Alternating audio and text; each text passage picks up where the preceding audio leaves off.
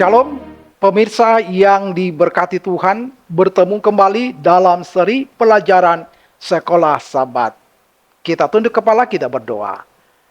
Bapa kami yang di sorga, kami bersyukur karena berkat Tuhan boleh menjadi bagian kami, dan waktu ini kami akan gunakan untuk mempelajari firman Tuhan. Biarlah Engkau mengurapi kami dengan Roh Kudus-Mu.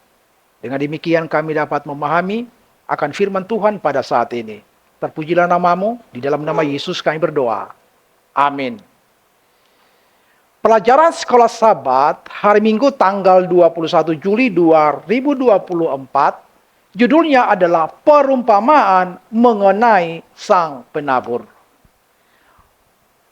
Bacalah Markus 4 ayat 1 sampai 9. Di ayat 1 dikatakan, pada suatu kali Yesus mulai pula mengajar di tepi danau. Maka datanglah orang banyak yang sangat besar jumlahnya mengerumuni dia. Sehingga ia naik ke sebuah perahu. Ia sedang berlabuh lalu duduk di situ. Sedangkan semua orang banyak itu di darat dan di tepi danau itu. Ayat yang kedua, dan ia mengajarkan banyak hal dalam perumpamaan kepada mereka.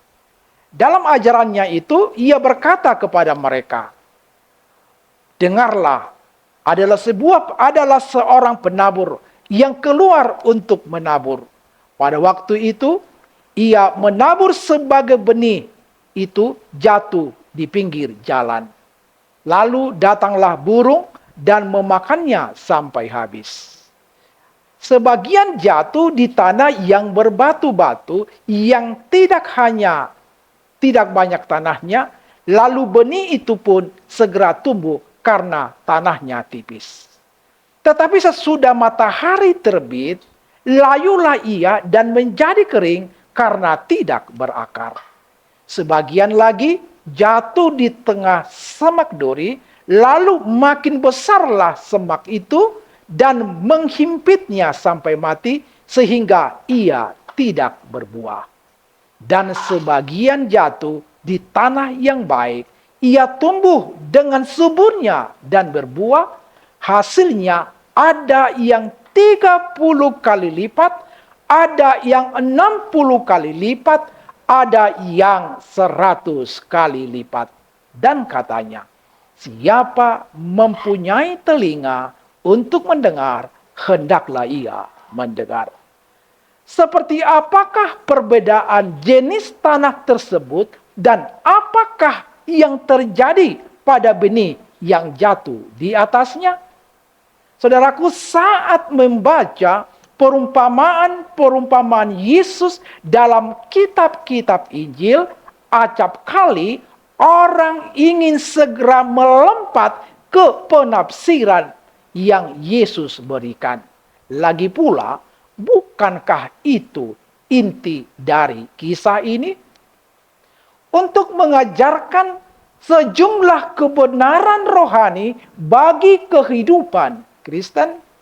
Benar. Namun kadang selain komentar singkat seperti kerajaan Allah itu seumpama atau siapa mempunyai telinga untuk mendengar, hendaklah ia mendengar. Saudaraku, Yesus tidak menjelaskan perumpamaan tersebut. Akibatnya adalah baik untuk memperlambat dan menganalisis kisah itu agar dapat menangkap arah yang ditunjukkan oleh berbagai karakteristik naratifnya. Melakukan hal ini dengan perumpamaan tentang penabur menghasilkan beragam gagasan. Benihnya sama pada setiap kasus, tetapi jatuh pada 4 jenis tanah yang berbeda. Saudara, jenis tanah sangat mempengaruhi hasil benih. Gantinya satu kisah yang berkesinambungan.